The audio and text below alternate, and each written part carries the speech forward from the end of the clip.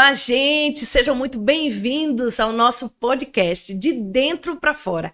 Esse é o nosso primeiro episódio de muitos que virão ainda, muitos mesmo, e com certeza você vai curtir todos, porque nós estamos aí desejando apresentar para vocês um conteúdo que vai abençoar a sua vida. Nós vamos discutir aqui sobre vários assuntos que vão abençoar você, que vai ajudar você a auxiliar na sua vida pessoal, profissional, espiritual, familiar, enfim. Esse podcast promete. E aí você vai logo nos acompanhando. Você que ainda não é inscrito no nosso canal Verbo Petrolina, por favor, já faz aí a sua inscrição e também compartilha esse vídeo com mais pessoas que com certeza ele vai te abençoar. E aí você já curte, certamente essa noite promete. Nós vamos nesse nosso primeiro episódio de hoje falar sobre saúde mental. E para esse assunto, muito mais que relevante, nós estamos aqui com a presença de pessoas também à altura, né, do tema. Estamos aqui com o pastor Edilson de Lira, ele que é pastor presidente da Igreja Verbo da Vida Petrolina, ele que também é presidente da ONG Movimento, é presidente da Maximize, essa plataforma de mentoria para líderes. Ele também é médico formado pela Universidade Federal de Pernambuco. Ele também é esposo de Mísia, pai da Liz, pai do Beni, enfim, se a gente passasse aqui seria a noite toda aí falando do currículo do pastor Edilson. Bem-vindo, pastor Edilson. Como vai? Olá, prazer estar com vocês, né, com o pessoal do podcast. Eu vou dizer que eu sou esposo da Mísia, que eu sou pai do Beni e da Liz, irmão médico para falar sobre esse assunto. Acredito que já vai ser suficiente. Vai ser muito edificante essa conversa, eu estou com expectativas. Isso é a ordem da importância, né? É, exatamente. A ordem da importância das coisas. E estamos também aqui com a nossa querida Sânia Evangelista. Ela que é psicóloga de formação, né? Formada pela Faculdade de São Marcos, em São Paulo. Ela também faz atendimentos aí, também terapêuticos. Ela é ministra do Evangelho, professora do Rema e também tantas outras coisas. Formada em psicologia, né? Falei. Falou? Falei que era formada em psicologia pela universidade. A gente tem médico, a gente tem psicólogo aqui, tem pastor. Vale a pena reforçar. Então, formada aí, professora do Rema, psicóloga, faz esses atendimentos terapêuticos e tantas coisas boas, né, Sânia? Bem-vinda também, Sânia, ao nosso podcast. Muito obrigada, eu quero agradecer pelo convite de estar aqui participando do primeiro podcast da Igreja Verbo da Vida de Petrolina. Eu tenho certeza que você vai ser muito edificado com o conteúdo que vai ser ministrado aqui. Então abre o teu coração, porque Deus vai falar grandemente com você. Aí, senti firmeza. E estamos também com o nosso querido aqui, pastor Sócrates Tiburtino. Ele é pastor auxiliar na Igreja Verbo da Vida Petrolina, é também formado em História, e tem especialização em Geografia, e é o rei dos podcasts lá de casa. Isso aí eu não posso deixar de falar. Meu querido, amado esposo, Tiburtino. Oh, muito obrigado. Graças a Deus, né? Que é amado esposo. Pessoal, você é muito bem-vindo aqui nesse podcast. Você não vai se arrepender de estar acompanhando. Nós temos preparado um conteúdo que vai edificar a sua vida, que vai lhe abençoar. Então nos acompanha. Dá o seu like aí, compartilha esse conteúdo para que esse conteúdo chegue em mais pessoas e fica ligado que nós teremos mais novidades para você. Então, vamos começar aqui nossa conversa, né? E olhe que esse assunto certamente rende. Então, eu já estava conversando um pouquinho. Basta você ir aí, dar um Google e você vai perceber que sobre esse assunto nós vamos ter aí muitas coisas para descobrir. Inclusive, eu fiquei alarmada com os números. Diante de tudo que eu vi, uma das coisas que me chamou muita atenção, pesquisando sobre o assunto, né, foram os dados, né? E a gente tem aí um dado extremamente alarmante, isso se referindo a nível mundial. Mas em relação ao Brasil, nós vivemos hoje no país mais ansioso do mundo. Isso são dados oficiais aí, segundo a Organização Mundial de Saúde. Lembrando também que isso não são dados à toa. Eu vi lá no gov.com.br, lá no site do governo federal. E eu achei interessante, porque além de dizer que é o país mais ansioso do mundo, ele ainda diz que 86% dos brasileiros sofrem de algum transtorno mental, sofre de ansiedade, de depressão, enfim.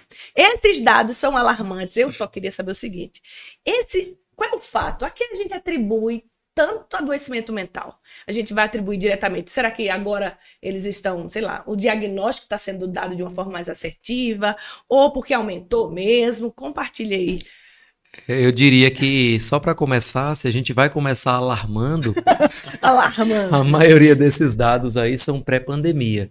Então, eu acredito que com o isolamento social da Covid, os próprios problemas econômicos para algumas pessoas tiveram que mudar de ramos de negócios ou realmente se reinventar ou ir para também, quebraram ou o novo normal para alguns, né? A hiperconvivência também de algumas pessoas tiveram que ficar em casa e aí alguns maridos conheceram suas esposas, e algumas Nossa. esposas conheceram seus maridos, Muito né? divórcio, né? Filhos. Eu acredito que tudo isso trouxe uma estatística que provavelmente daqui a 1, 2 anos vai se mostrar ainda mais alarmante, só para complementar esses dados que já são assustadores, né? Mas deixa a psicóloga falar um pouquinho também aí, né? E o nível de estresse aumentou muito, né? Porque o desconhecido também faz isso. E a gente estava lidando com uma situação, né, de pandemia que muita gente não sabia o que ia dar aquilo, né? Mas é interessante que esses números que você falou foram os registrados. Então, isso também mostra para a gente que as pessoas estão buscando mais ajuda, que as pessoas estão realmente reconhecendo a importância de cuidar das suas emoções, da sua saúde mental, assim como a gente sabe a importância de cuidar do físico, né, do espiritual, a gente precisa também entender a importância de cuidar da nossa mente. Então você acha, Sani, que esse aumento também seria uma conscientização maior daquelas quebras de tabu, de estigma, e as pessoas se sentindo mais à vontade para dizer, vou para um psicólogo, vou para o psiquiatra, né? E aí também aumentou. Eu creio que a pandemia proporcionou isso, né? Porque as pessoas chegaram num nível que elas se viram necessariamente que ter que buscar uma ajuda. Então, muita gente resolveu quebrar esses preconceitos e vencer essas barreiras. Essa muita gente que resolveu quebrar os preconceitos. Vamos falar de nós, num contexto cristão. Se a gente traz isso para um contexto cristão, a gente percebe que ainda existe assim, não vou dizer qual a palavra específica para eu usar nesses termos, né? Mas a gente percebe uma certa resistência, muitas coisas em nome da fé, e procurar um psiquiatra seria anular, a palavra é essa mesmo, seria anular a sua fé, a pessoa que está em um adoecimento mental, de repente cristã, né? Como é que ela se sente? E levando isso para um contexto cristão, como é que é? Como é que a gente discute saúde mental dentro do universo cristão? Antes de discutir saúde mental dentro do contexto do universo cristão, eu queria começar abrindo esse debate falando da saúde mental na perspectiva cristã, ou como uma palavra que os teólogos gostam de usar, na cosmovisão cristã, né? A cosmovisão bíblica. Cosmovisão é a forma de você ver o mundo, de responder às suas questões existenciais, sociais. Então, existem vários modelos de se estudar a mente e o cristianismo traz também uma forma de enxergar essa situação. Quando a gente olha para as causas e também para as soluções do sofrimento humano na visão bíblica, a gente tem essas causas e essas soluções mostradas de uma forma diferente da forma, por exemplo, que a psicanálise clássica do Freud utiliza, né? O Freud explica que a religião, por exemplo, é uma neurose. Mas quando a gente olha para uma visão bíblica, a gente vê religião como ligar o homem de volta à sua espiritualidade, ou seja, corrigir algo que foi desconstruído, que foi quebrado no pecado original. Então, a nossa cosmovisão, ela muda a forma de ver a psicologia. Se a gente olhar para uma perspectiva marxista, a gente vai dizer que a religião é o ópio do povo, que é só um narcótico, né? É algo para a gente adormecer os nossos sentidos, a nossa alma. Então, a perspectiva ela é muito importante. Dentro da cosmovisão bíblica, a gente olha lá para o livro de Gênesis, para o criacionismo, para o livro das origens, e a gente vê, por exemplo, no capítulo 2 e versículo 22, que Adão estava nu, não tinha medo, não tinha vergonha, mas no capítulo 3, versículos 7 a 10, você já vê ele se escondendo, você já vê ele dizendo, eu tive medo. Então, antes do pecado, a gente não vê culpa, a gente não vê ansiedade, a gente não vê medo, a gente não vê vergonha, a gente vê todas essas coisas acontecendo depois da entrada do pecado no mundo. Maldita é a terra por tua causa, e, de uma certa forma, eu posso dizer também que na cosmovisão cristã, o pecado, ele trouxe todos os problemas de saúde mental para a humanidade. Tanto porque a gente não vai ter uma mente perfeita, a não ser quando estivermos com o nosso Senhor, como porque a sociedade ela é imperfeita e ela acaba gerando esses estresses, acaba gerando essas tensões. E a solução definitiva para os problemas mentais, uma saúde mental plena, ela só vai se estabelecer com o reino de Cristo no novo céu e numa nova terra. Então, por enquanto, nós vamos estar sempre convivendo com essa questão de saúde mental. Só para aprofundar um pouquinho, né, essa questão, a gente tem um psicólogo chamado Karl Menninger, que ele tem um material que, tradução livre, seria Em que se tornou o pecado. E ele fala de uma perspectiva bem interessante, porque, por um lado, né, a Sani falou que as pessoas elas hoje se sentem mais confortáveis. Eu acho que já é uma minoria mesmo que tem vergonha de dizer que vai para um psicólogo. Eu acho que a maioria hoje já até sente como se fosse um sinal de status, né? Faz Meu parte do terapeuta, novo normal, né? meu psicanalista, né? Meu psicólogo, meu psiquiatra. É quase como se fosse todo mundo tem que ter, Isso. né? Você tem que ter um carro e você tem que ter o seu Tem que terapeuta fazer também. terapia. Mas o Karl Menninger, ele dizia algo muito interessante, que é essa ideia da desresponsabilização do pecado. O que é que quer dizer isso? É como se a gente acaba levando para um extremo onde nada mais é pecado. Tudo é uma causa, é uma questão. Então, por exemplo, você tem a psicologia clássica ou uma psicanálise explicando que uma pessoa orgulhosa, às vezes arrogante, ela está tendo apenas um mecanismo de defesa para esconder a sua trauma. insegurança. Às vezes é uma pessoa em insegurança que se acha pequeno e aí ela se coloca como alguém arrogante para se impor como um mecanismo de defesa. Mas será que não tem o orgulhoso só que tem o pecado do orgulho mesmo? Né? Tá ali no erro, no pecado do orgulho. Então o Karl Menninger ele fala sobre essa desresponsabilização. É como se fosse uma relativização do pecado. Eu acho que é um tema para a gente trabalhar durante o podcast, porque tem sim questões psicológicas, tem mecanismos, né, mentais, assim como mecanismos físicos do nosso corpo físico, mas tem coisa que é simplesmente pecado, tem coisa que é simplesmente erro. Tem uma expressão de um outro psicólogo que ele fala também daquela evasiva admirável. É uma forma de você fugir da responsabilidade daquilo que você está carregando. E aí tem gente que diz quase assim, a minha depressão, né? O meu toque, né? A minha cleptomania. Você não rouba mais, você tem cleptomania, né? Até a Mitomania. pedofilia, né? Algumas pessoas tentam trazer para esse contexto para dizer que não é o pecado, que seria, na verdade, uma questão psicológica por algum mecanismo. Eu acho que é um tema interessante para a gente começar a esquentar o assunto. Eu queria só rebombinar, né? Olha, esse termo é antigo. Voltar aqui um pouquinho. Alguns termos no podcast acabam dizendo a nossa idade, né?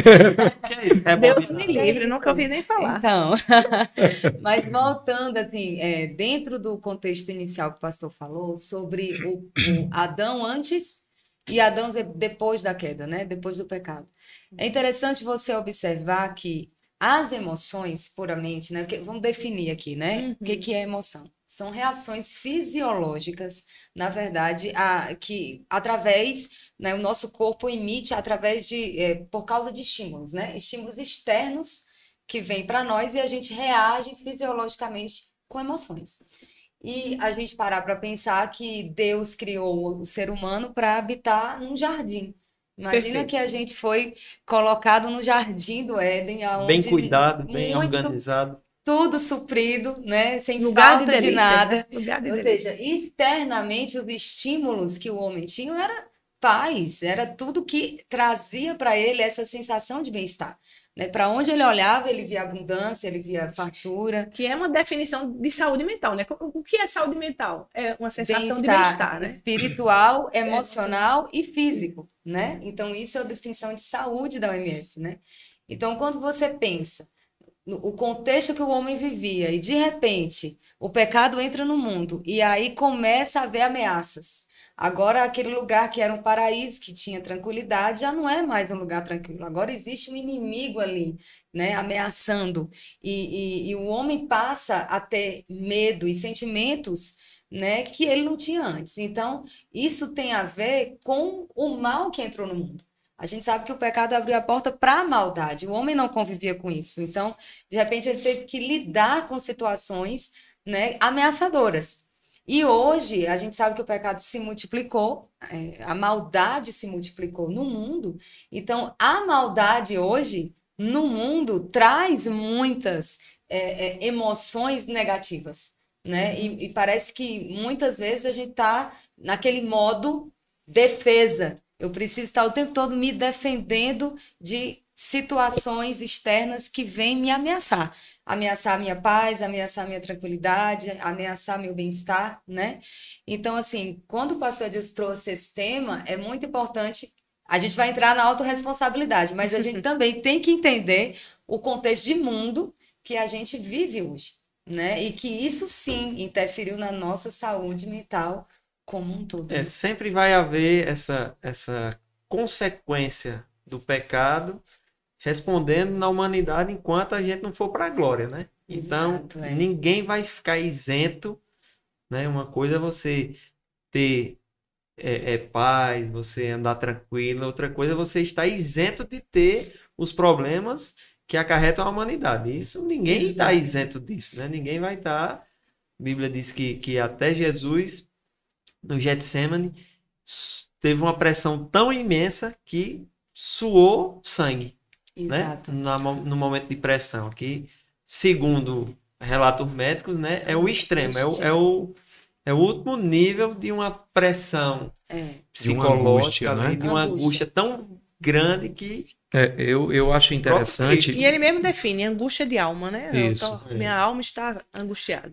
Dentro desse aspecto, né, de cosmovisão cristã, que a gente está falando de saúde mental, vamos começar com os conceitos mesmo. Eu acho que 3 palavras seriam norteadoras para a gente, né? A primeira é pecado. A gente entende que o pecado na equação faz toda a diferença. Exato. Já talvez uma psicanálise freudiana, junguiana ou diferente, talvez um behaviorista, né? Se tem psicólogos aí que vão acompanhar a gente, não enxergue o pecado na equação. Para a nossa cosmovisão cristã, para o nosso jeito de ver a saúde mental, ele está lá. E a gente vai falar onde é que é pecado, onde é que é coisa só psicológica, onde é que é coisa espiritual, né? O outro aspecto importante é a gente colocar Jesus na equação. Né? Jesus como sendo, na nossa visão, o modelo de comportamento também na saúde mental. Então, todo mundo, de alguma forma, está quebrado, né? Psicologicamente, emocionalmente, por causa do pecado. A gente não tem a nossa natureza, como a Bíblia diz, revestida da incorruptibilidade, a nossa mente não é perfeita, nossas emoções também não são perfeitas. E a gente tem Jesus como um modelo de gestão das emoções. Ele tinha emoções, como foi falado, está cheio de versículos na Bíblia que Jesus chorou, que Jesus ficou angustiado, que ele ficou triste, que ele se irritou, né, se irou. Então, a gente vai falar um pouquinho talvez sobre essa questão também, né, de que as pessoas confundem espiritualidade com a ausência de emoções. Isso. Né? E com a expressão delas, né? Ou com a exatamente. Dela. Deus também, ele se ri, né? Ele se ira. E Deus criou o ser humano com emoções. Que aí entra a terceira palavra para mim, norteadora, dentro desse aspecto. Entender o pecado, entender Jesus como o nosso modelo também de saúde mental. E a terceira é entender a natureza trina do homem. Né?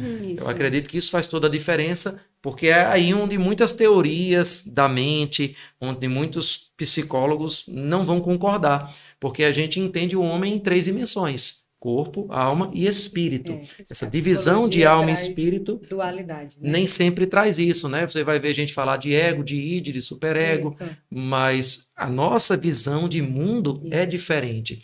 Então, quando a gente fala de corpo, alma e espírito, se a gente fala de saúde, né? Saúde segundo a OMS, em 1946, a OMS determina a saúde como sendo um completo estado de bem-estar biopsicossocial e não apenas a ausência de doenças.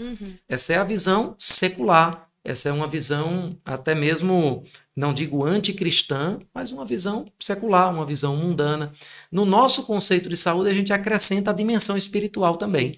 A gente entende que o homem é um ser psicossocial e espiritual.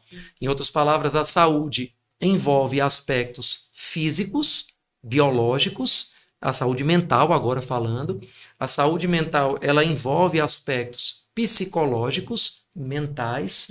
A saúde mental envolve aspectos sociais, né? A gente vai tocar um pouquinho nisso também, se der tempo. E a saúde mental, ela envolve aspectos espirituais. Então, a gente tem que olhar para o ser humano em todas essas dimensões, se a gente quiser entender saúde de uma forma mais complexa. O ser humano pensando de forma Integral. Holística, né? Como as pessoas costumam dizer. E é interessante também, dentro dessa visão, que isso traz para a gente a autorresponsabilidade. Você se conhecer.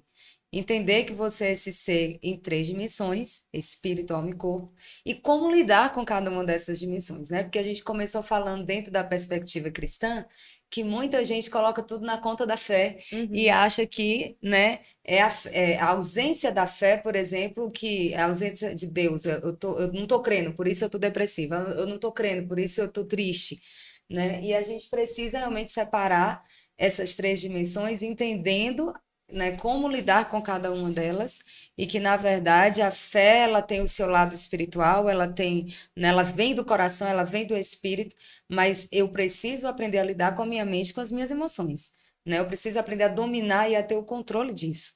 E é interessante que, quando o pastor começou a falar sobre essa questão de as pessoas justificam algumas atitudes, né? Ah, eu tô no mundo. Ah, a carne é fraca. Ah, é porque a pressão tá grande demais, né? E a gente sempre tá querendo justificar, né? Lógico, a gente não nega essa realidade de que a gente lida com estímulos negativos constantemente, mas isso não me tira a minha autorresponsabilidade de aprender a controlar esses estímulos que vêm de fora para a minha vida, né? Como dominar isso? Eu acho que essas 2 observações que o pastor fez e Sandy fez é o que tem causado muita confusão das pessoas hoje. Todo mundo, por mais desmantelado que ele viva, ele diz que é cristão. Porque ele crê em Jesus. Então, aquela vida depravada, aquela vida desregrada. Então, ele deve ter alguma questão, vamos dizer, até um vício em alguma bebida, em alguma droga. Então, ele diz, não, eu sou doente, eu sou viciado nisso aqui, mas eu sou cristão. Por que você é cristão? Não, porque eu acredito em Jesus. Mas Satanás acredita também, né? Então, na verdade, cristianismo, ser cristão não é quem crê. Ser cristão é quem imita. Porque o cristão foi a primeira vez que os discípulos foram chamados de cristãos, porque as pessoas acharam eles parecidos com Jesus. Não era porque criam em Jesus, né? Então, isso é uma das questões que tem causado esse... Eu vi essa semana uma pessoa que... Uma das pessoas mais desmanteladas que eu já vi na internet, né? Falando na internet, dizendo que era alguém comentando que ela disse que era cristã. Me até um susto. Eu digo, não, aí virou esculhambação. E você é aquela regra, né? O povo diz, não, eu não sou crente porque tem muito crente sem vergonha, safado. Na verdade, não tem muito crente safado, tem muito safado dizendo que é crente. Eita, né? Muda tudo. Aí muda, a situação muda. Mas por conta, mais ou menos, dessa observação que vocês fizeram. Eu acho que essa questão acaba talvez até fugindo um pouquinho da saúde mental que eu vou falar, mas é porque a gente vive mesmo numa guerra de conceitos, né? A gente vive numa sociedade que relativiza até mesmo o que é o gênero, né? O que é homem, o que é mulher, o que é amor, porque aí quando eu digo Deus é amor, para você é uma coisa, para ela é outra coisa, para ela é outra coisa, para quem está assistindo é outra coisa, porque teve um conceito de amor. Então, mas se Deus é amor, então por que ele não vai permitir eu fazer isso? Ou por que não vai permitir que eu viva dessa outra forma? A gente tem que definir o que é exatamente o amor.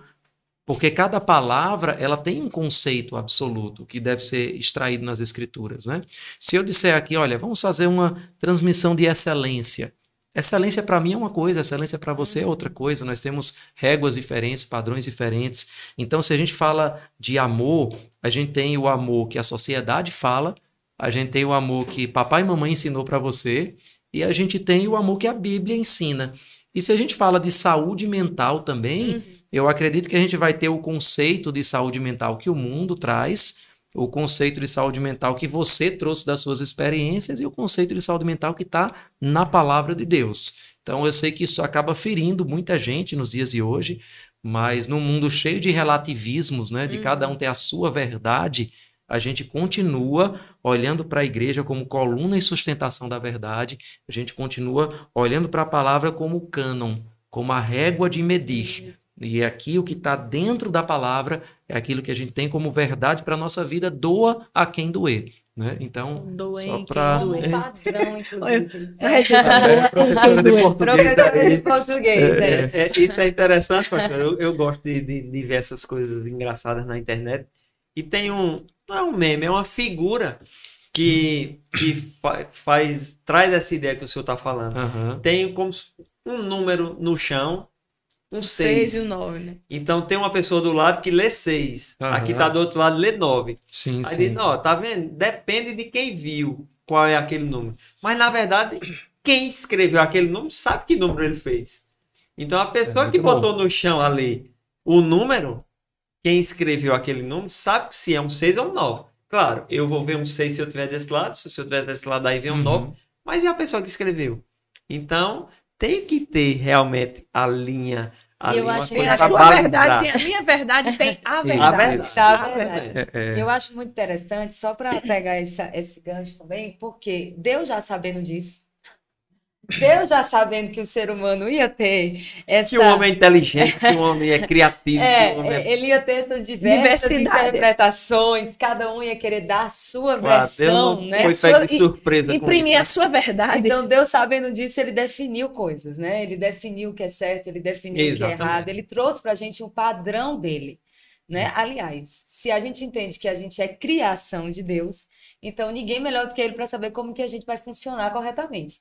Né? Mas a gente foi aí teologizando muito, né? A relativização dos conceitos.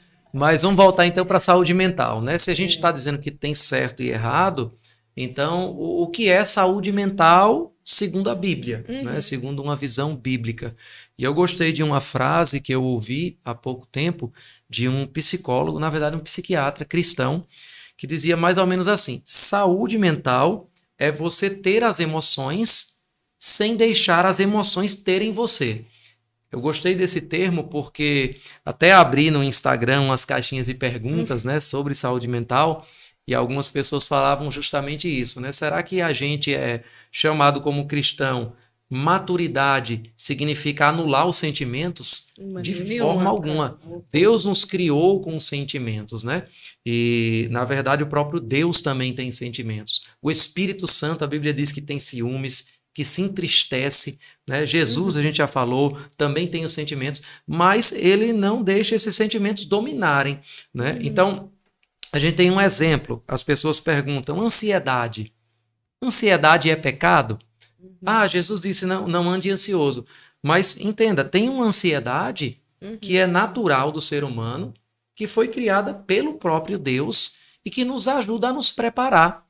Então, se eu, por exemplo, não tenho o hábito de falar em público e de repente eu vou falar para 200 pessoas, é normal que na véspera eu tenha aquela ansiedade que vai me ajudar a revisar o conteúdo que eu vou expor, se realmente eu estou bem preparado, talvez ensaiar com uma outra pessoa para quebrar um pouco esse nervosismo. Ansiedade necessária. Se eu vou fazer um concurso público, né, e eu estou na véspera do concurso, tem uma ansiedade que é natural, que vai me levar a fazer aquela revisão, né, e assim sucessivamente.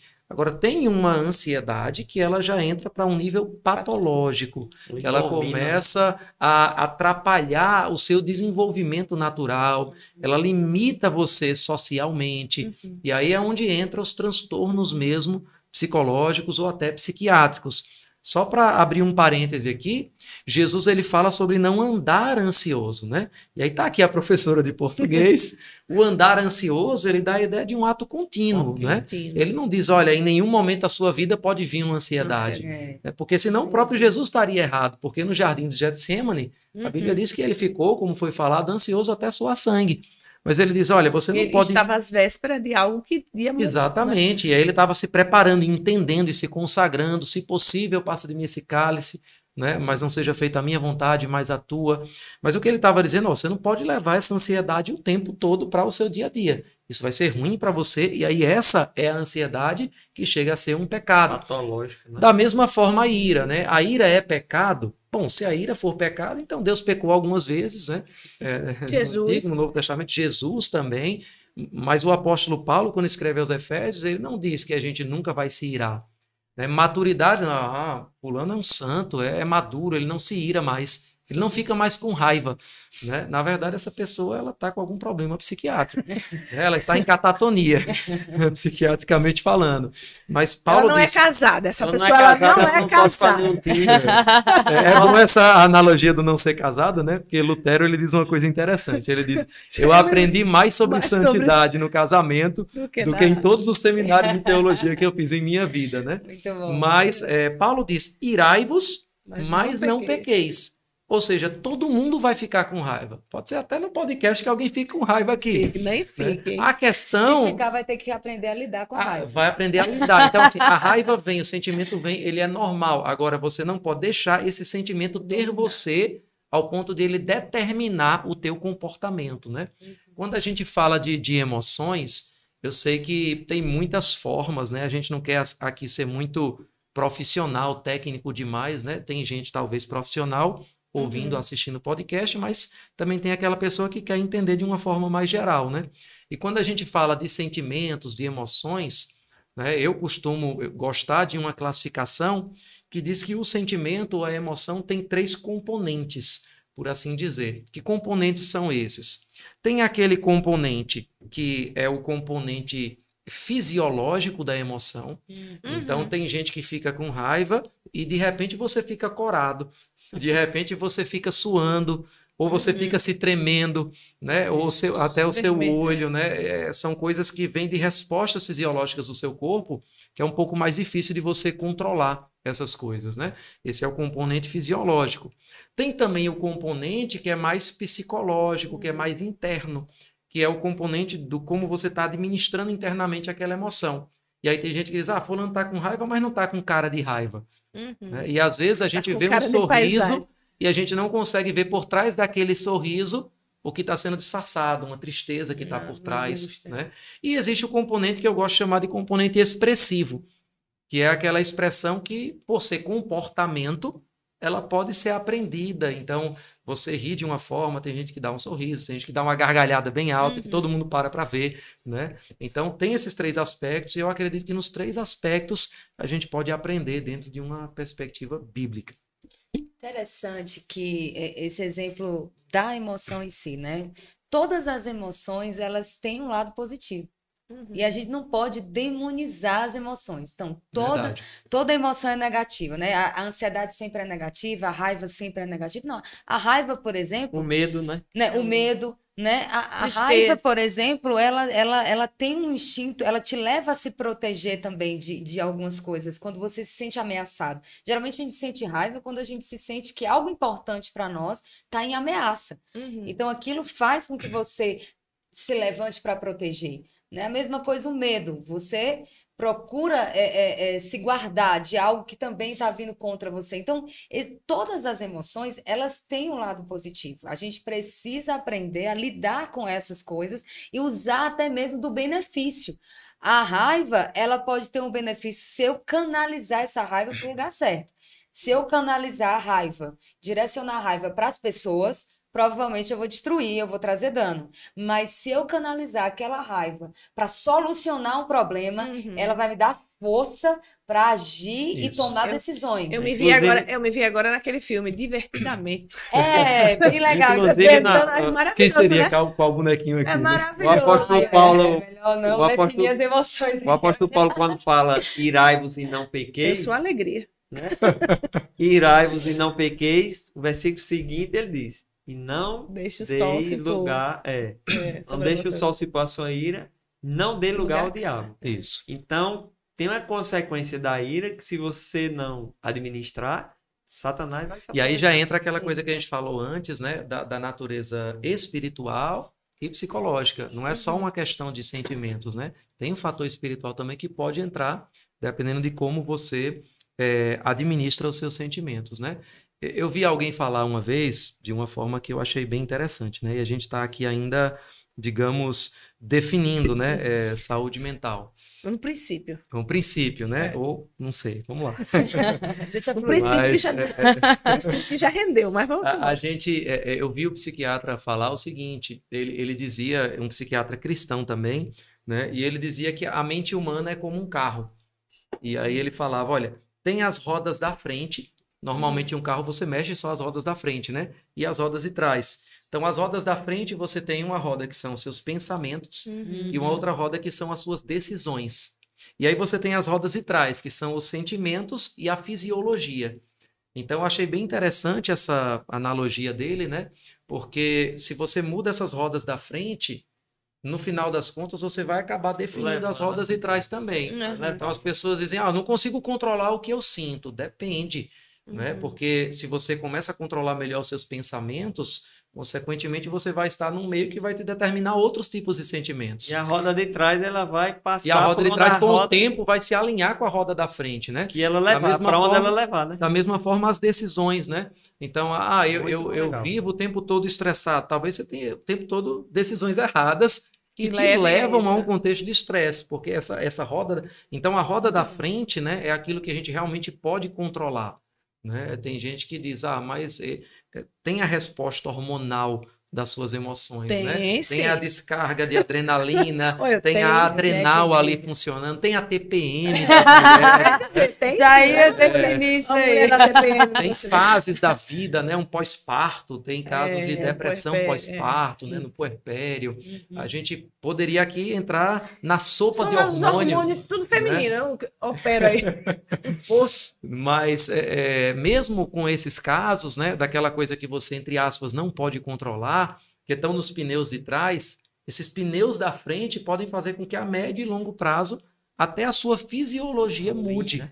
por causa dos pensamentos e das decisões que você toma a médio e a longo prazo. Que entra um pouquinho na TCC, né, na terapia cognitivo-comportamental, que é um outro ramo da psicologia. Mas veja. E entra na neurociência também. Também, Sim. Porque isso que o pastor está falando é muito, muito, muito importante. Porque, assim, nós hoje, a ciência já descobriu, são muitos estudos, né, que comprovam que os nossos pensamentos, de fato, eles interferem no nosso cérebro. Quem manda no cérebro é a mente.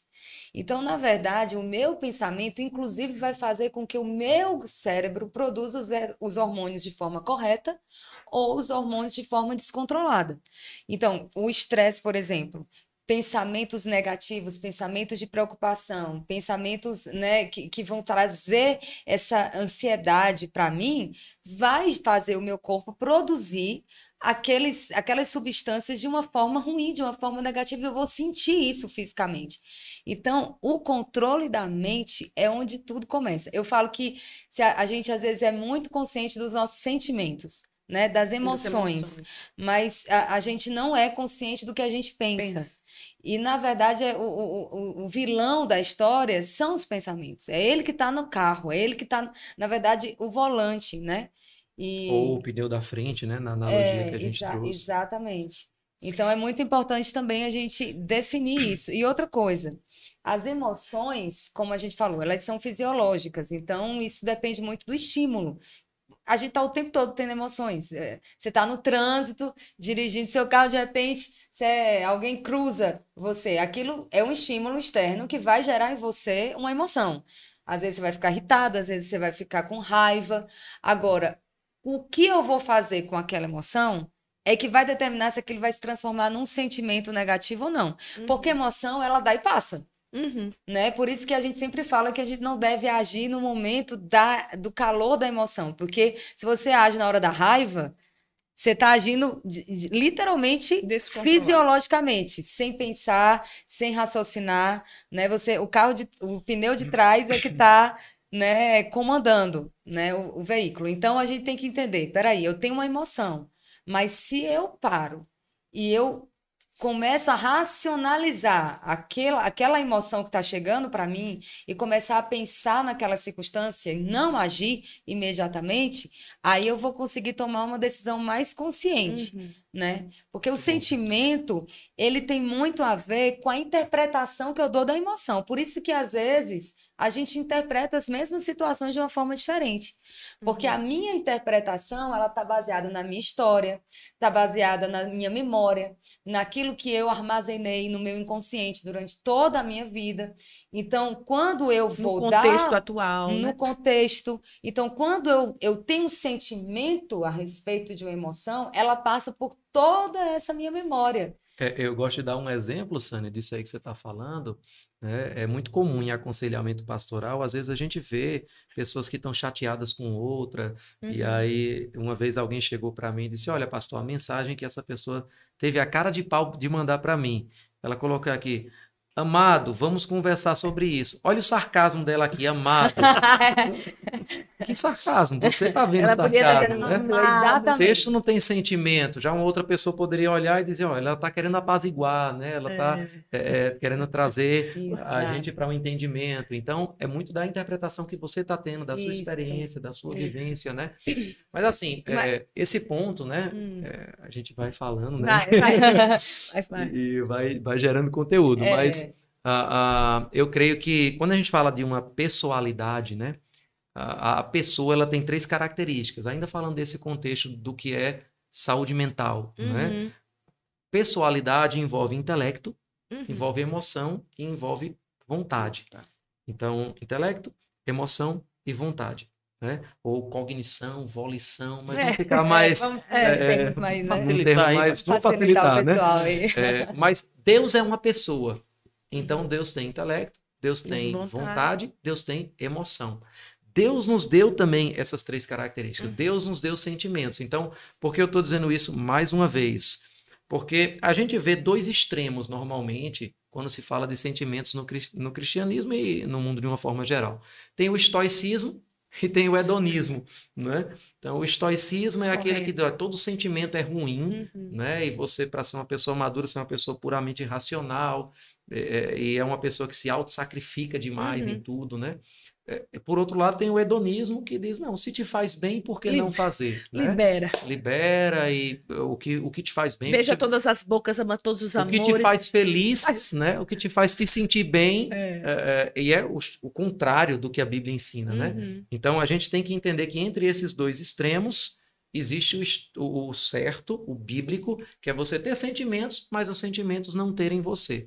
Né? Eu costumo até dizer o seguinte, a gente aprende muitas vezes na escola a pensar corretamente, a gente aprende na igreja às vezes a orar corretamente, mas quem é que ensina a gente a sentir corretamente?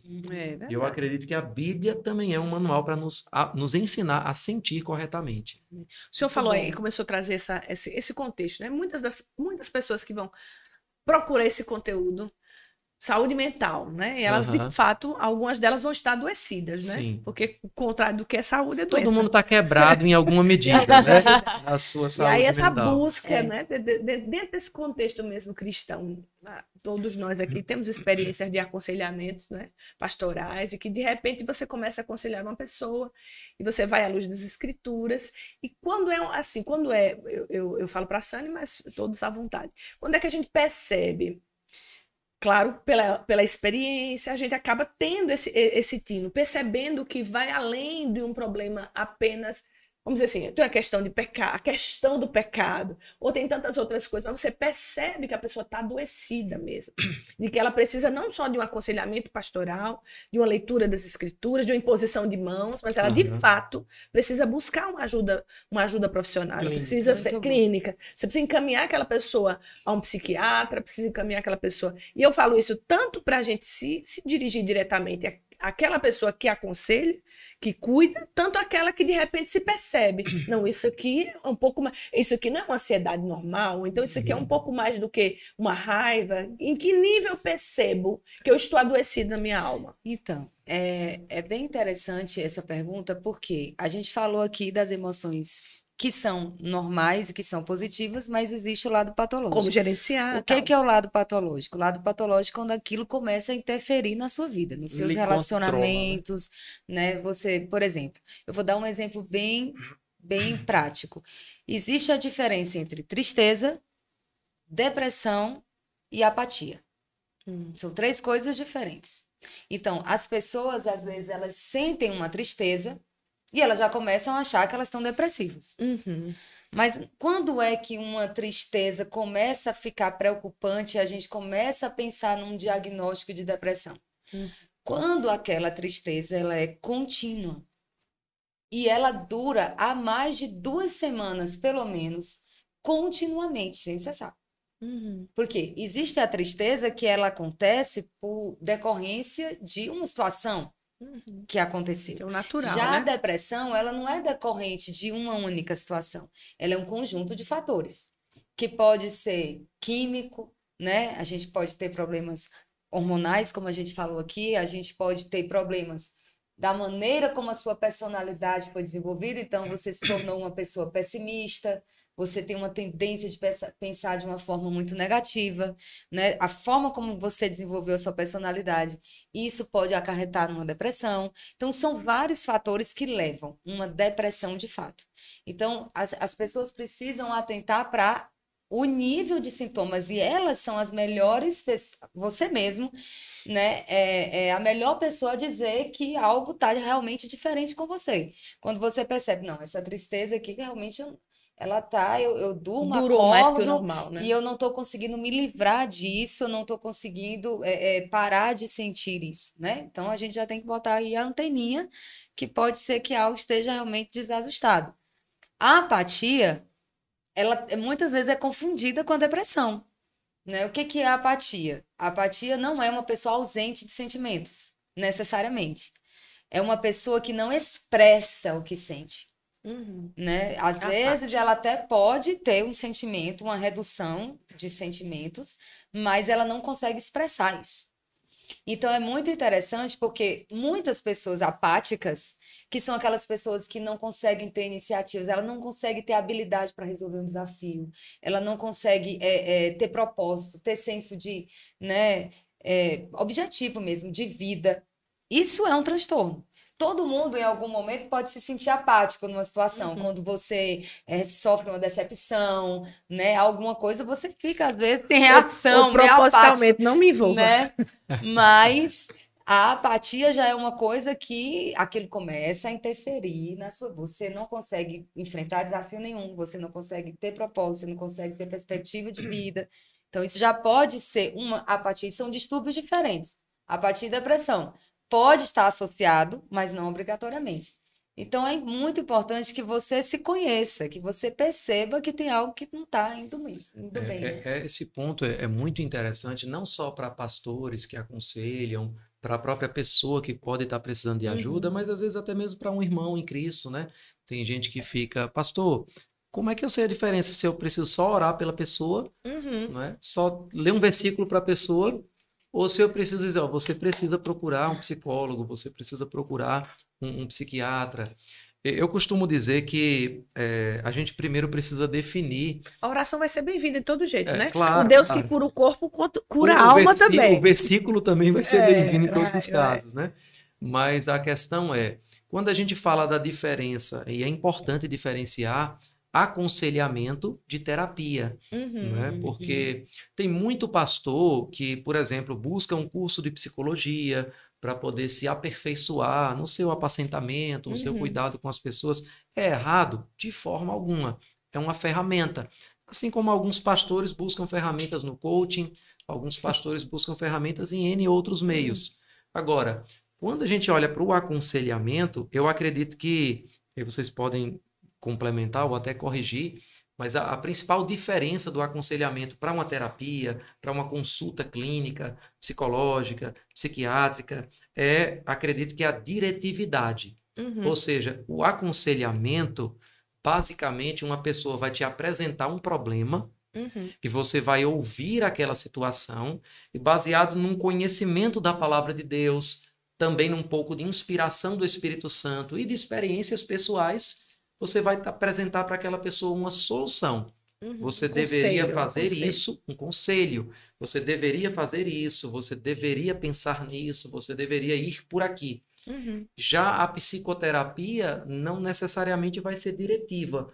Ela não vai dizer, olha, você tem que fazer isso. Normalmente ela até deixa os pacientes no começo, mas o que é que eu faço, né? Ansiosos por uma diretividade, mas na verdade ela vai mais levar você à reflexão. É mais uma terapia com palavras. Não só uma terapia com palavras no sentido de o psicólogo falar palavras, mas também com o ouvir terapêutico. Né? Tem gente que chega para psicólogo, fala, e o psicólogo fica lá.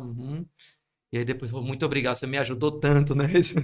Não fiz nada. Claro, eu estou colocando aqui de uma forma pejorativa, né? Mas há um ouvir terapêutico que tem formas específicas de se ouvir para poder extrair da própria pessoa. Né? Às vezes só com perguntas, né? Que é o que os filósofos chamam de maiêutica, né? Aquela pergunta retórica para levar você a pensar em uma outra coisa, que leva a uma outra coisa, e você mesmo diz, entendi, descobri. Né? Então, esse é o ponto principal. A diferença de aconselhamento para terapia é que o aconselhamento tem uma diretividade, a terapia não necessariamente. E quando na minha opinião pessoal, na minha experiência, que a gente percebe que um aconselhamento precisa se transformar numa terapia. Não é que você está aconselhando alguém que você diz, esse cara aqui precisa ir para um psicólogo, precisa ir para um psiquiatra, precisa ir para um psicanalista, enfim, um terapeuta, né? A gente começa a perceber que, de alguma forma, aquele sistema, porque saúde mental é homeostasia, é equilíbrio. Assim como o nosso corpo, a gente tem harmonia. Então, você consegue oscilar nas emoções. Mas a gente começa a perceber que, por mais que a gente dê conselhos diretivos, aquela homeostasia, aquele equilíbrio está quebrado. Então, em outras palavras, por exemplo, uma pessoa está com uma neurose. E ela está com um pensamento mesmo desorganizado. Ou, algo mais grave, uma psicose. Essa pessoa ela perdeu mesmo a orientação da realidade. Então, eu vejo que não adianta somente dizer para ela, olha, você tem que perdoar essa pessoa e você tem que falar essa coisa, porque ela começou a fugir do contexto da realidade e criar situações que não são reais, que não existem. Então, você percebe que ela não está funcionando bem, que dizer algo para ela, o que fazer, não é suficiente porque algo está quebrado. Né? Seja por motivos, como a gente já disse, hormonais, sociais, né? de experiências e traumas, mas quando você percebe que a organização do pensamento dela não está saudável, né? Não dá para só eu dar o conselho. Essa pessoa vai precisar de uma terapia profissional. Eu acredito que muitas vezes de uma intervenção medicamentosa, né? Exatamente. Para poder eu queria até voltar. aproveitar isso para falar também, tirar um pouquinho desse peso dos pastores. Porque eu penso assim... Vou já falar desses pastores aí. Né? Eu acho muito interessante, porque assim, um pastor ele não tem obrigação de saber sobre transtornos mentais. Né? O pastor não é necessariamente um psicólogo. Então, muitas vezes, os pastores, eles carregam essa coisa de eles terem que ter essa solução. A pessoa entrou, ela tem que sair diferente, ela tem que sair bem. E não necessariamente. Você tem que entender que eu, por exemplo, não sou médica. Então... Pastor Adilson tem um nível de conhecimento que eu não tenho. Se eu me acho na obrigação de entender sobre certas coisas, eu vou trazer um peso para mim que eu não vou conseguir carregar. E assim eu vejo na igreja, né? Essa cobrança por parte dos líderes muitas vezes. Mas não só isso. Quando você não tem um conhecimento de um assunto, a gente tem a tendência de relativizar, né? Como a gente tem falado aqui em alguns momentos. Então, eu vou dar um exemplo aqui prático do que eu vivi, eu vou trazer um fresquinho de hoje. Né? Uma situação bem interessante. Eu atendi uma pessoa e eu já estava aconselhando ela algumas vezes na igreja e eu percebi que realmente ela não estava no estado normal. Havia realmente um transtorno e, muito provavelmente, obsessivo-compulsivo. Então, ela tinha uma certa obsessão e uma certa compulsão por certos tipos de pensamento e situações. E ela começou a abrir o coração dela para várias pessoas na igreja. E as pessoas, sem conseguir ter essa leitura, né, mais precisa, né, que uma pessoa formada na psicologia consegue ter, um psiquiatra ou alguém mais entendido do assunto, começaram a dizer para ela, por exemplo, que ela estava praticamente blasfemando contra o Espírito Santo, que era para ela ter cuidado, porque senão ela podia até perder a salvação dela. E coisas desse Foi tipo. outro problema. E o pior, ela estava com obsessão de pensamentos na área religiosa.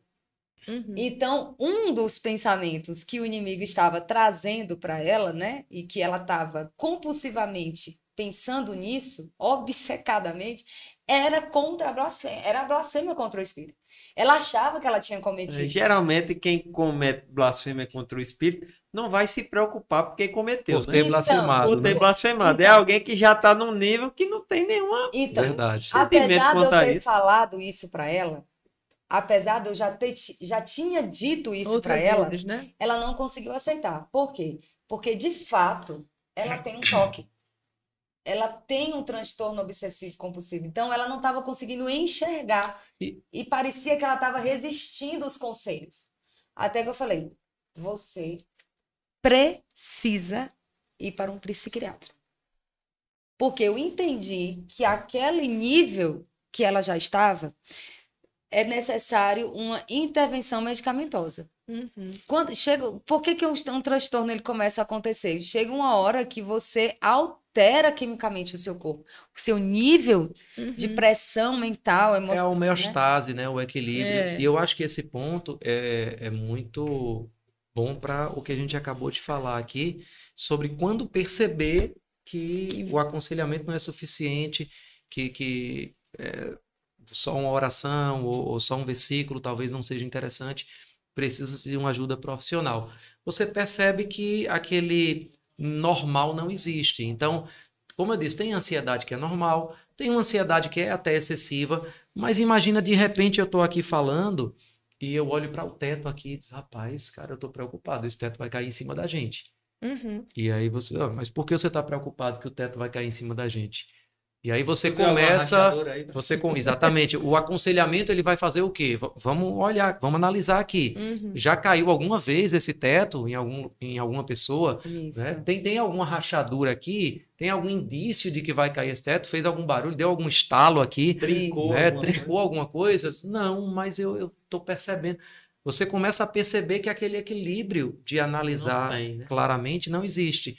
Então, o conselho não vai ser suficiente nesse momento porque ele não está funcionando bem. Né? Então, você está com o braço quebrado, por exemplo. Por mais que a diretividade ela vai dizer, ó, mexe, pega o copo.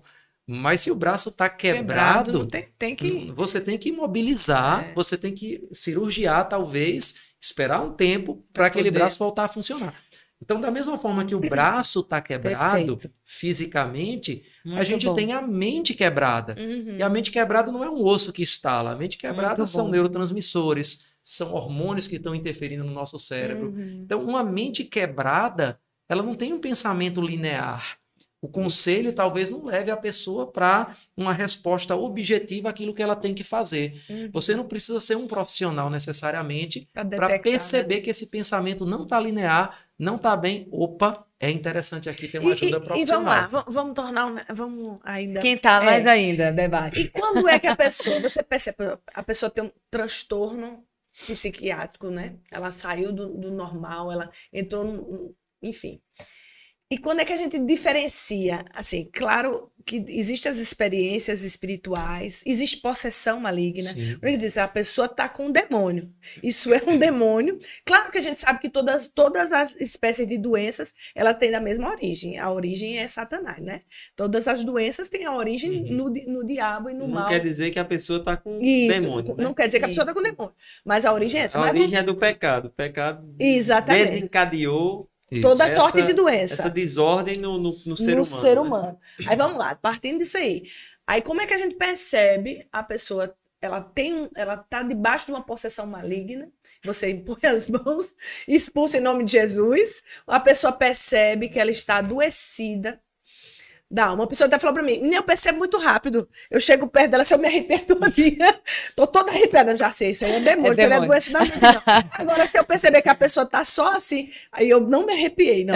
Assim eu percebo que Termômetro não é diferente, satanás. né? Esse termômetro é... Aí veja, isso é, claro, brincadeira, mas é o termômetro que a pessoa usa para saber se a pessoa tá com doença. E pode ser não. que essa brincadeira seja Seja real, né? real. Tem gente que tem.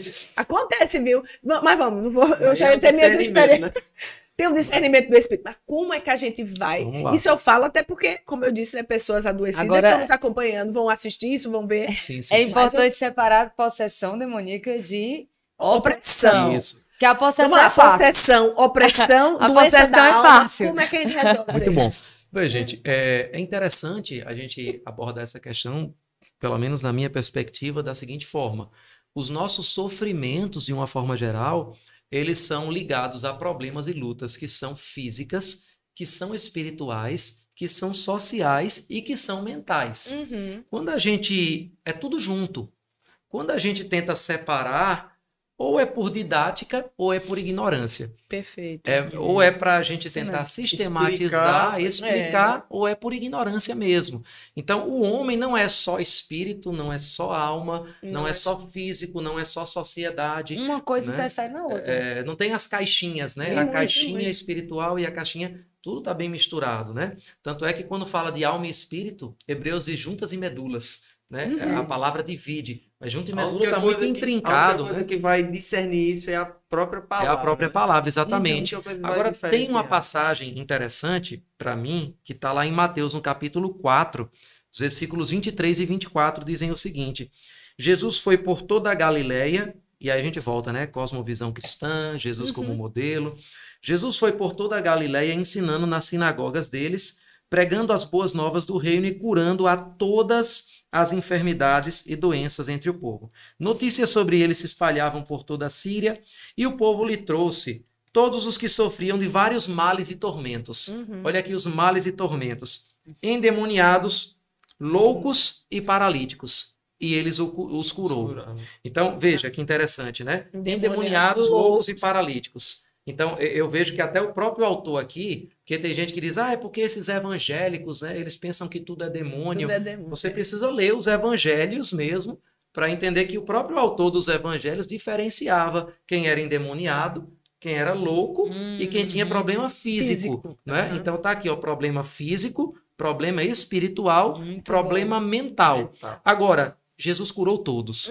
Né? Amém. Esse é um ponto importante. Né? Amém. Jesus curou todos. Então, não Amém. é da perspectiva da cosmovisão cristã, não é meu TDAH, é incurável, vou ficar com isso o resto da sua vida. Pode ter um monte de teórico agora que vai ficar frustrado com o que eu vou dizer, mas a palavra de Deus diz: Jesus curou todos. Então, existe cura para isso. Né? Existe cura para qualquer transtorno da alma, do corpo e no espírito. Então, esse ponto ele é interessante. Quando a gente fala do opresso para o possesso, também é importante a gente diferenciar isso antes de a gente entrar propriamente na questão de possessão, né? A gente tem uma passagem onde o apóstolo Pedro, ele ouve Jesus falar sobre todo o sofrimento, que ele precisava ir até a cruz, e ele diz: mestre, de forma alguma deixaremos que isso te aconteça. Até um pensamento bonito, né? De autoproteção, de preservação, né? Mas às vezes esses pensamentos eles são transvestidos mesmo de um pensamento que veio de origem demoníaca. Porque Jesus diz a ele: para trás de mim, Satanás. Pedro estava possesso? Não. Ele foi oprimido na sua alma pelo diabo e ele se deixou levar por um pensamento que parecia ser dele, mas Jesus identificou que havia uma influência do diabo naquela linha de pensamento. Agora, a Bíblia fala também de possessão. Por exemplo, lá em Lucas, no capítulo 22, a partir do versículo 3, tem uma passagem que também é bem interessante, que diz o seguinte: então Satanás entrou em Judas, chamado Iscariotes, um dos 12. Agora o que me chama a atenção é o versículo 4, porque a Bíblia diz assim: Judas dirigiu-se aos chefes dos sacerdotes, aos oficiais da guarda do templo e tratou com eles como lhes poderia entregar Jesus. A proposta muitos alegrou e lhe prometeram dinheiro. Então veja, aqui Judas estava possesso. Né? A Bíblia está mais clara do que isso, impossível. Satanás entrou nele. Agora, tem gente que pensa, Judas estava possesso, então ele mudou a voz, né? Ou ele agora ficou se tremendo, se contorcendo. Mas nem toda possessão vai ter sintomas, vamos dizer assim, exuberantes, expressivos, que a gente olha para a pessoa e ele está possessa.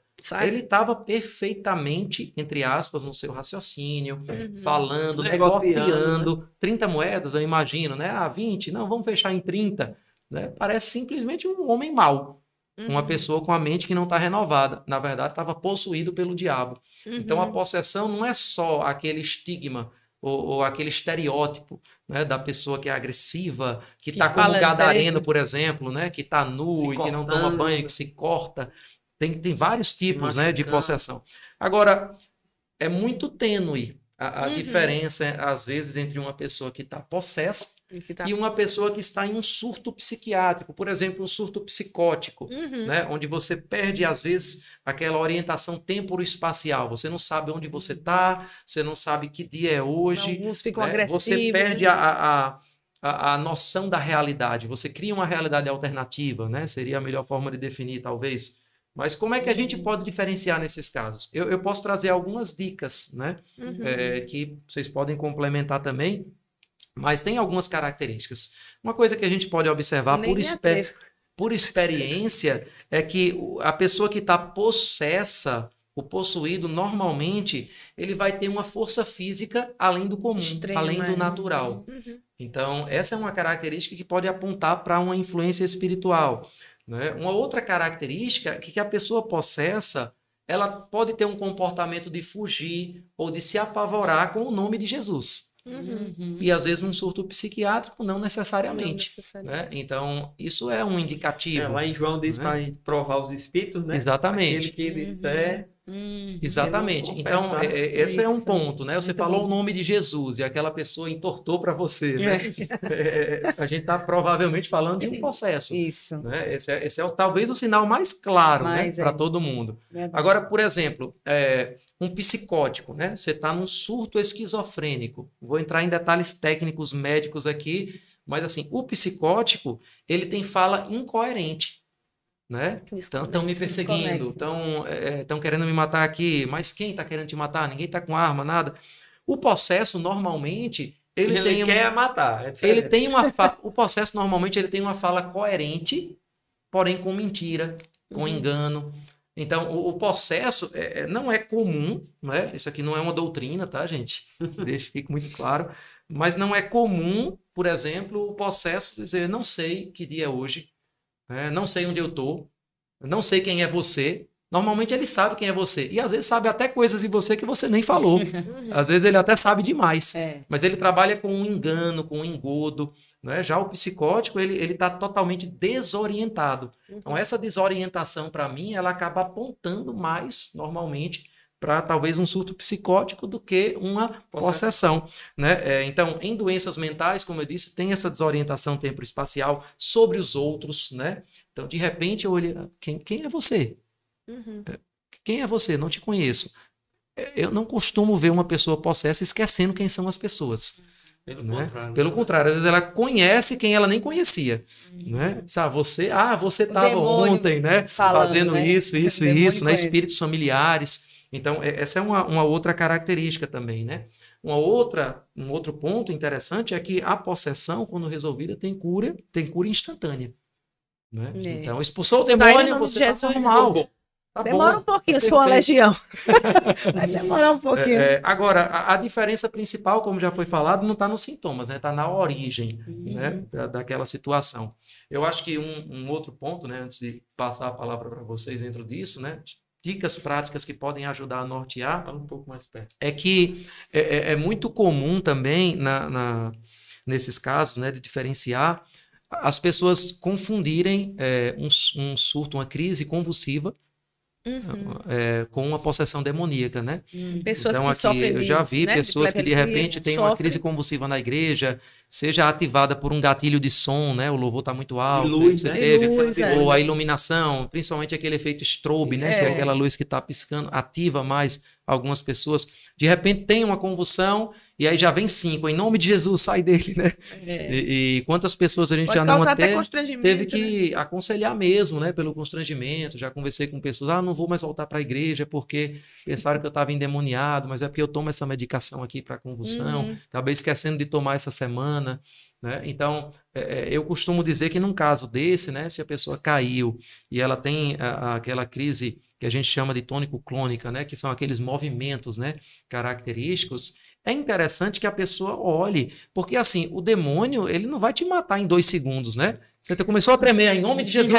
Calma, calma, né? Olha para essa pessoa, observa, chega perto. Você não precisa gritar, a autoridade não está no volume da sua voz, né? Então chega, observa, né? Eu sei que você não, talvez não tenha, você que está assistindo, às vezes fica mais descontrolado do que clínico, tá... né? Mas chega em nome de Jesus, e aí já está observando. E aí, se for uma crise, deita a pessoa, deixa a pessoa passar aquela crise, né? Não tem que pegar a língua, ele não vai engolir a língua, né? Deixa aquela crise passar, chama um profissional de saúde, protege e aborda aquela pessoa do ponto de vista médico, né? Se tiver um médico próximo, obviamente, se não tiver, chama um médico. Então, eu acho que é importante também esse ponto, né? De dizer, se tremeu, você não tem que correr e já dizer imediatamente o nome disso. Calma, observa. Tenha o discernimento espiritual também, tenha o bom senso, né? Também é muito importante. Acho que são alguns pontos aqui para a gente. Nossa, bom demais, bom Muito demais. Muito bom. E essa questão também da psicose, é importante que a pessoa que tem, e ela está em surto psicótico, ela não tem uma linha de pensamento coerente. Isso. Então, na verdade, ela tá falando uma coisa que não tem, começa a falar de outra, e daqui a pouco ela começa a repetir Quando coisas. você confronta, ela muda de assunto, porque dá aquele choque de Ela não tem realidade. uma linha de pensamento coerente, né? Então, você percebe.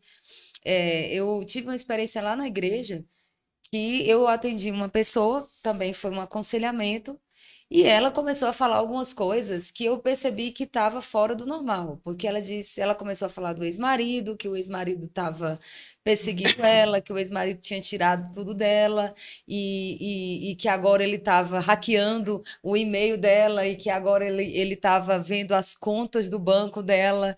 E aí você começa a perceber, meu Deus. Não é? Seu marido trabalha com isso, Bill Gates, seu marido é Bill Gates. ele tem esse conhecimento todo. Não, porque eu acho que ele contratou alguém para fazer isso. E aí você vai vendo que a pessoa não é muito coerente aquilo, né? E quando ela é completamente confrontada, muitas vezes ela se fecha para você e ela começa a se confidenciar com outra pessoa que vai se adequar àquela realidade alternativa que ela criou, né? Por isso que acaba sendo difícil também, né, de a gente poder abordar, Então, mas principalmente aí o leigo, nesse né? caso específico, o que aconteceu?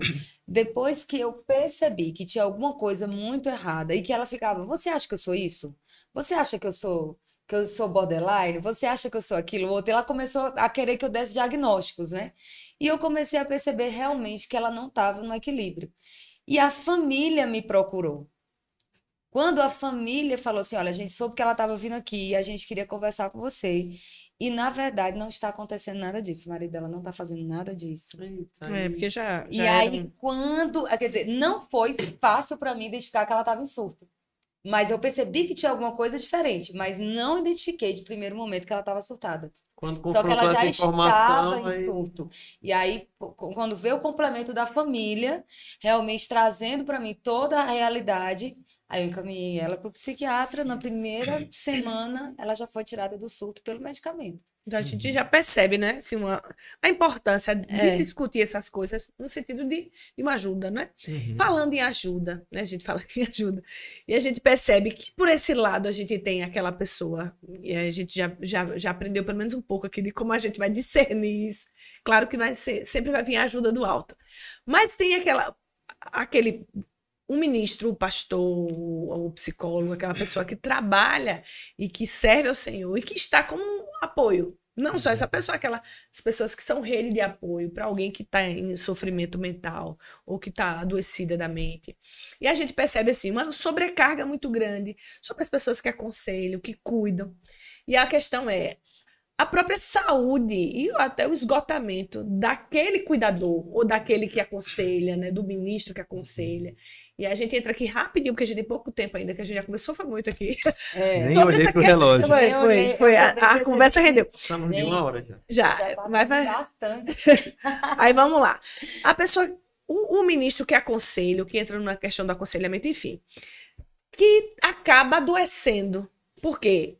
Você cuida, mas você também precisa ser cuidado. Quem cuida precisa ser cuidado. E como é que o ministro também percebe, a pessoa que aconselha, o pastor, quando eu falo ministro é porque engloba muito mais do que só o pastoreio, mas que acompanha, percebe que também está esgotado mentalmente, que precisa de um cuidado, né? Ok. Eu acho que esse ponto ele começa trazendo um entendimento para o ministro, para qualquer ser humano, na verdade. Vai rolar um outro podcast aí de saúde do ministro. Que você não deve buscar ajuda quando você está com um problema. Você deve ter pessoas com quem você pode se abrir constantemente. Eu vi uma frase uma vez de um pastor que me chamou muita atenção e ele dizia algo assim: quem confessa fraqueza não vai confessar fracasso.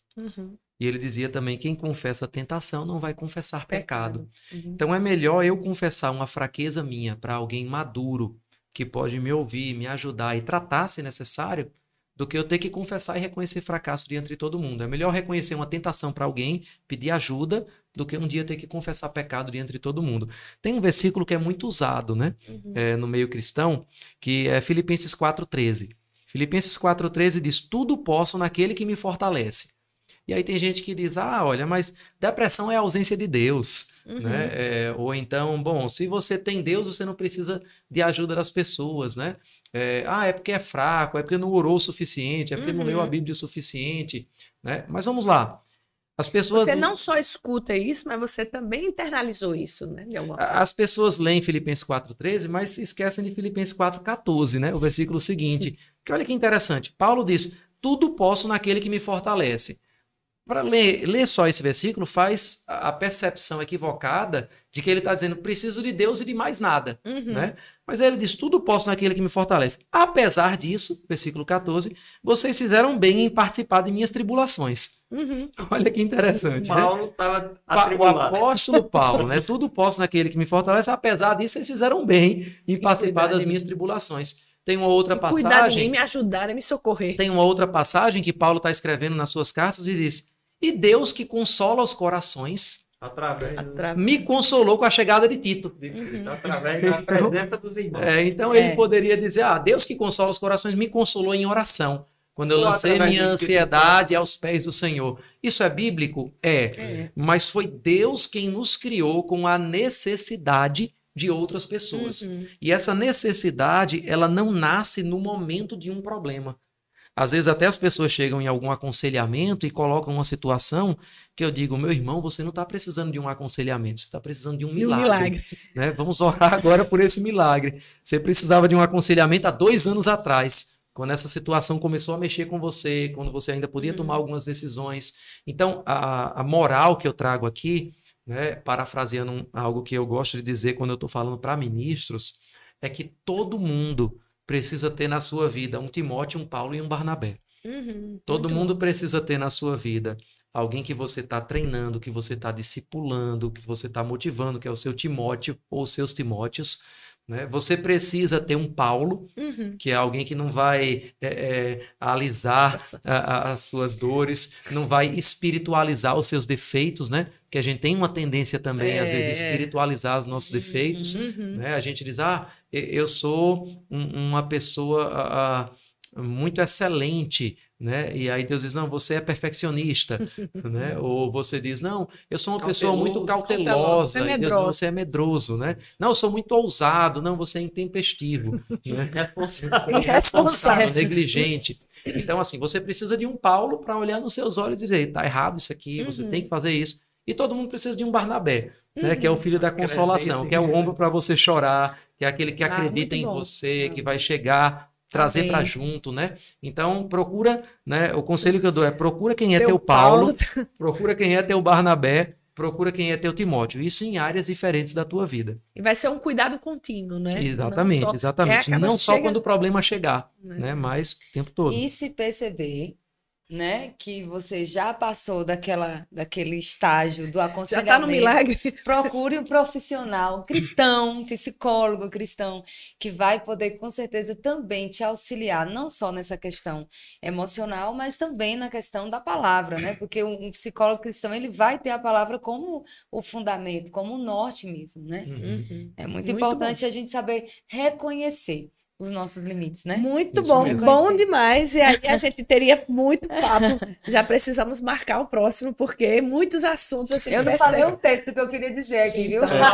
Tem muita Tá, coisa para gente, ser muita falada. coisa, Cabe tem pra falar de capítulos vários, 2, 3 e 4. Cabe. Nossa, Mas olha, eu queria colocar aqui, né, talvez como considerações finais, É. não sei, né?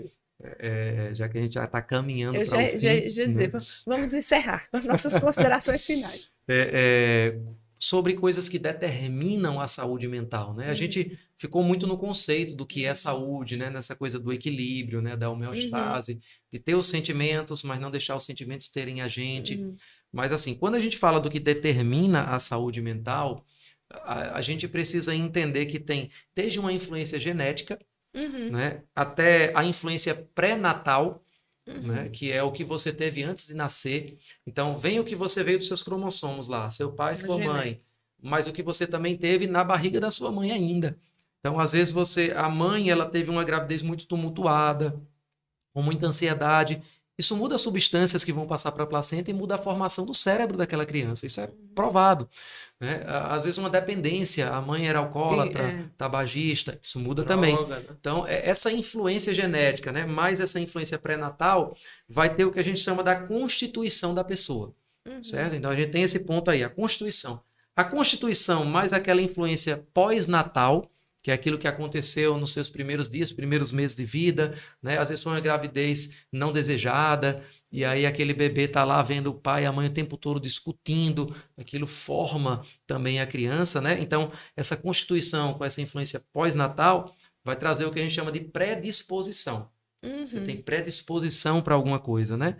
E a predisposição com as suas experiências de vida é que vai trazer o seu status mental. Status normal, status neurótico, psicótico, né? Então, essas experiências de vida, elas são multifatoriais. Se a gente fosse conversar aqui, a gente ia falar de alimentação, a gente ia falar de ambiente, até a poluição determina a nossa saúde mental, a gente ia falar de família, né? Porque às vezes você aconselha a pessoa, mas ela volta para uma família completamente disfuncional, e aí você acabou trazendo de novo um ambiente familiar que vai trazer gatilhos, né? A gente fala de trabalho, né? A gente fala da atividade física, porque influencia nos seus hormônios, influencia nos seus neurotransmissores, serotonina, muitas outras coisas. Até a hidratação, né? Quanto você bebe água, influencia na sua saúde mental. E a sociedade, eu queria chegar nesse ponto, né? A sociedade, por quê? A gente vive numa sociedade muito consumista. A gente vive numa sociedade de parâmetros que você olha para a rede social para dizer como é a vida da pessoa e ninguém posta na rede social que está comendo pão com ovo, né? Só Sócrates. Você Sócrates faz posta isso. quando você Baiano e 2 com ovo. Foi baiano. quando você Não, está né? comendo sua melhor comida, quando você está na sua melhor viagem. Então tem gente que tem um sofrimento psíquico porque está se comparando com alguém no Instagram. Pelo amor de Deus, gente. O Instagram daquela pessoa não é a vida daquela pessoa. Né? É a propaganda da... Exatamente, é a propaganda Seu da vida melhor dela, né? momento, viu? A gente É o tem a melhor sociedade momento. cheia de crimes, né? Então o pessoal com medo de ser assaltado, traumas, isso vai interferir na saúde mental. Como a gente falou, bio, psico, social e na visão cristã, espiritual. Mas eu fecharia minha participação com um ponto que talvez até caiba um outro podcast no futuro, né? Que é a saúde mental infantil.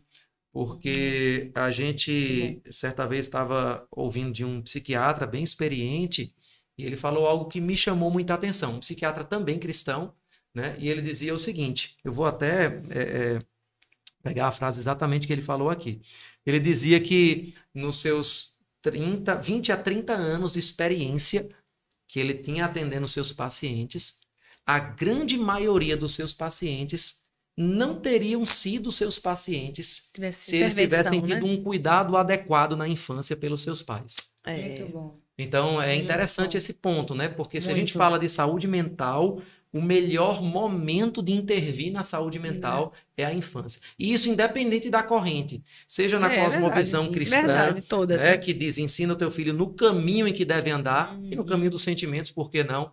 Né? E fazendo isso, quando crescer, até quando crescer não se desviará dele. Seja na psicanálise de Freud, né? Que sempre leva tudo para a infância, para o complexo de Édipo e para os relacionamentos de pai, de mãe. Seja no TCC, seja em qualquer corrente de psicologia, de psiquiatria, você vai ver que a infância, ela determina mesmo a formação do seu caráter, a formação de futuras neuroses, psicoses e de um comportamento normal. Então, se a gente pudesse dar uma grande ênfase, né, de saúde mental, principalmente para os pais, né? Olhe para a sua criança, transmita o afeto corretamente para a sua criança. Esse é o melhor momento de você intervir e talvez o momento mais eficaz, mais duradouro em termos de consequências, né?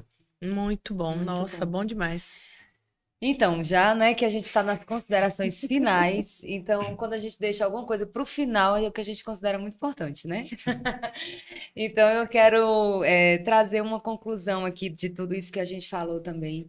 Você precisa entender que a sua mente, ela nem é positiva e nem ela é negativa. É você que vai determinar o que sua mente vai ser. Então, isso é muito importante a gente entender que quando Deus nos deu a mente, Ele também deu o controle disso para você, né? Então, a gente falou de várias variáveis, de genética, de ambiente, né? Tudo isso tem coisas que não estão no nosso controle. Mas o que está no seu controle? Aquilo que você decide que vai entrar e vai permanecer nos seus pensamentos. Então, é muito interessante a gente entender que a maioria das doenças, elas são desenvolvidas, mentais, transtornos, pela quantidade de pensamentos tóxicos que a gente coloca para dentro da gente. Se você ficar comendo só sanduíche, pizza, né? Se você só come alimento que não é saudável, isso vai trazer toxicidade para o seu corpo. Tá ouvindo, pastor Se Sócrates? os seus pensamentos... Tá ouvindo, pastor Sócrates? Coca-Cola, né? Se os seus pensamentos são constantemente negativos, né, constantemente pessimistas, você é aquele tipo de pessoa que abriga esse tipo de pensamento na sua mente constantemente, isso fatalmente vai tirar você do equilíbrio, vai tirar você dessa harmonia e vai trazer uma doença, né, para sua mente. Na verdade, vai intoxicar você e vai alterar, inclusive, o seu corpo. Que a gente já viu aqui que os nossos pensamentos é que mandam na nossa mente, né? Nossos pensamentos é que comandam, né, o nosso cérebro aí. Então, muitas doenças, né, elas são geradas pela questão da falta de controle da mente. Então, o estresse hoje, ele é das maiores causas de morte, né, de jovens adultos.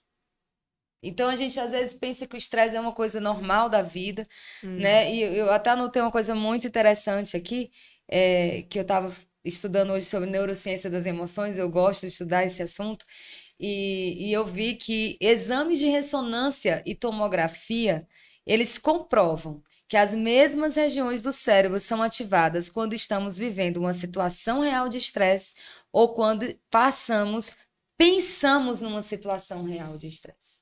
Então, às vezes, a gente não está vivendo o estresse, mas a gente está pensando no estresse. Tem as mesmas consequências. E as consequências serão as mesmas, o teu corpo vai ter as mesmas sinapses neuronais e vai produzir as mesmas sensações estressantes. Ou seja, não é só a experiência que gera o sentimento, mas o sentimento também gera a experiência. Exatamente. O sentimento gera a experiência. Então, nós precisamos cuidar dos nossos pensamentos. Entenda que isso é o seu veículo. E se a gente entender que os pensamentos geram emoções e comportamentos, a gente vai dar mais atenção para aquilo que está passando na nossa mente. E é por isso que a Bíblia diz, né? Assim como o homem imagina na sua alma, assim ele é. Por quê? Porque uma imaginação e uma situação real, para o seu cérebro, é a mesma coisa.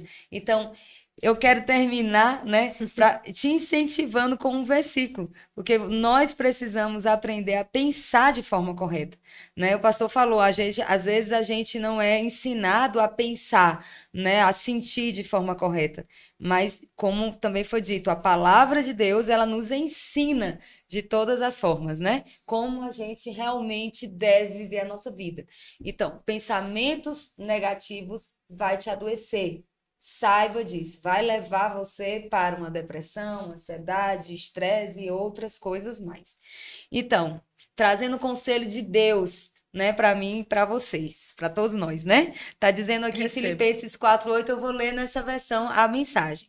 Resumindo, amigos, o melhor que vocês têm a fazer é encher a mente e o pensamento com coisas verdadeiras, nobres, respeitáveis, autênticas, úteis, graciosas.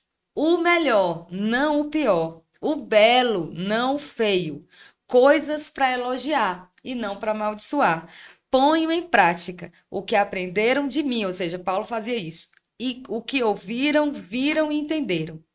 Façam assim. E Deus, que é soberano, irá tornar real em vocês a mais excelente harmonia. Amém. Então, fica Muito essa dica aí. Amém. Muito bom. Tem um versículo que eu gosto bastante, está lá em Provérbios, né? Provérbios 17:22. E diz assim: o coração alegre é um bom remédio, mas o espírito abatido, o espírito triste, faz secar os ossos, né? Então a consequência é grande. Quando a Bíblia fala de coração, geralmente está falando do espírito, da essência do homem, às vezes da mente também. Então a alegria é um bom remédio, então, e é o mais barato que tem. E aformosei o rosto, né? Em algumas versões. Eu até digo, ó, tem remédio pra feiura, gente. Você pode. É aquele que diz, ele é feio, mas é simpático, né? Então, Coração alegre, aformosei. boa. Deixa você mais é bonito o remédio mesmo. mais barato que existe, né? Eu costumo dizer quando eu estou ministrando, quando eu estou conversando com alguém, eu digo, rapaz, já que tu vai assistir alguma coisa, procura assistir alguma coisa que te traga alegria, prazer, não medo. Mas você quer assistir filme de terror, filme de... Cara, vai ficar com medo, vai trazer uma angústia, vai trazer querendo ver aqueles vídeos de morte, vídeo de...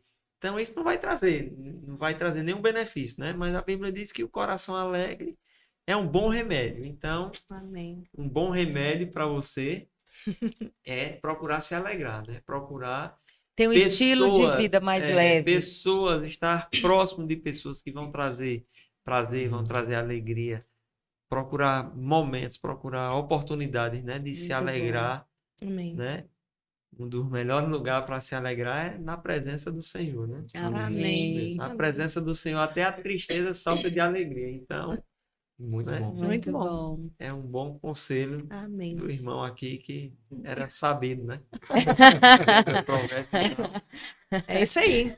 Então, minha gente, a gente percebeu aqui com esses conselhos maravilhosos, abençoados. Tem muita coisa boa ainda por vir, não é? E a gente levantou aqui já várias temáticas para os próximos podcasts, de dentro para fora. Agora, eu vou interromper o host, né? Vai. Porque eu gosto de interromper primeiro. Sim, senhor.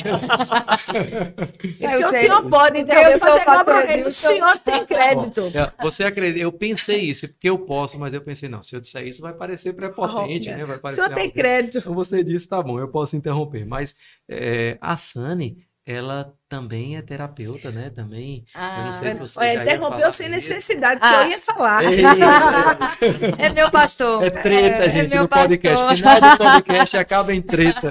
Então, nós vamos já Cuidado, descobrir. Eu quero pastor. saber onde estão, porque, lógico, não só as pessoas que convivem conosco, né, vão ter acesso a esse conteúdo, mas outras pessoas. Por causa disso, a gente precisa realmente. Então, passando a palavra, franqueando a palavra para você de então. novo, né? Agora que eu sei que você vai fazer as Eu devidas já ia. referências. Então, o pastor fez falar uma coisa que eu já ia dizer. As pessoas que ouviram você, que ouviram e foram agraciadas, abençoadas com essas palavras, onde ela encontra a profissional Sani, diz assim, eu preciso demais dessa mulher perto de mim, assim, para me aconselhar, eu estou precisando dessa ajuda. Onde nós vamos poder encontrar você? Pronto. A melhor forma, a maneira mais tranquila de você me achar é no meu Instagram. Então você vai lá, Sânia Evangelista, tá lá o meu Instagram, né? Você vai Sani com N, dois dois N's, N's. Y, Olha aí. Evangelista, é sobrenome, não é o chamado. Mais uma vez, uma intervenção relevante. Então, você me procura lá no direct, manda uma mensagem, né? Eu hoje, atualmente, estou atendendo online. Então, não tenho essa disponibilidade de atender presencial por conta, né, do rema, das viagens e tal. Dessas Mas atividades online Mas muita ministeriais, gente né? que vai estar assistindo a gente é de fora da cidade. Né? Então, tem essa facilidade, né? A É. internet dá e, assim, sinceramente, não... Eu sei que tem Isso mesmo, ela pessoas tá que dizendo gostam... só atendo online, aí talvez tinha gente que estava dizendo, mas tem muita gente assim dizendo, oba, né? exatamente. Exatamente. Tá longe, Porque né? tem gente que tem aquela necessidade do presencial, né? Mas isso não vai interferir na qualidade Do da atendimento. terapia, do atendimento, o fato de ser online. Muito bom. Então, Daqui a pouco tudo é online. E o pastor Edilson? Não Vamos lá. atendo. Não, você não atende como médico, mas as pessoas podem, de fato, ter acesso ao senhor para tantas outras coisas. Além de tudo, né, gente? Ele é um conferencista internacional. Como as pessoas encontram o pastor Edilson, como elas fazem para acessar aí a plataforma Maximize, que é uma plataforma de liderança, enfim. Bom, Instagram Edilson de Lira, né? Se você quer conhecer a plataforma Maximize, é dilsondilira.com/maximize. Você assina por apenas R$ 29,90, menos de R$ 1 por vai dia. ser muito E abençoado. você vai ter acesso a um conteúdo exclusivo de mentoria sobre liderança. Muito bom. E aí? E tu? Eu nem atendo, nem tenho plataforma. Né? Tenho Instagram, né? Lógico. Só Curtindo. curtindo. Então, Se você quiser dar muita risada, se você quiser, você também pode encontrar o pastor lá no Verbo Humor, se você não Eita. viu ainda. Gente, olha aí, o Verbo Humor já tem que Você precisa patrocinar aí regrar. Verbo Vai Humor. ouvir o pastor Sócrates. Patrocinar aí nosso Tô podcast. triste, né? Ó, Você tá triste? já Vai. teve citação, Volta então a pegar Verbo o Humor, fone a gente vai dele. cobrar o patrocínio de vocês, tá? Mas você vai ver também muitos conteúdos no nosso canal aqui, Verbo Petrolina. E aí você vai poder encontrar ministrações do pastor Sócrates Burtino, ministrações da Sani, ministrações do pastor Edilson. Eu também ministro lá, não é vez ou outra, eu tô por lá. Então nós vamos poder ser abençoados com muitos conteúdos que são produzidos aqui no nosso canal. Então você já curte, já compartilha. E eu queria agradecer demais, vocês foram top demais. Conteúdo maravilhoso, já tô querendo mais, né? Então nós vamos ter outros podcasts, nós vamos ter também, eu já vi aqui, ó, autocuidado, falar sobre saúde mental da criança, cuidados com a criança, a gente já vai falar sobre saúde do ministro, enfim, são infinitos conteúdos que vão acionar você e abençoar o seu coração. Então fica aqui conosco, permanece aí, sempre compartilhando, curtindo o nosso conteúdo, e eu tenho certeza, mais que certeza, que Deus vai te abençoar de uma forma poderosíssima. E é isso aí, e até a próxima. Tchau, tchau. Tchau, tchau. Tchau, gente.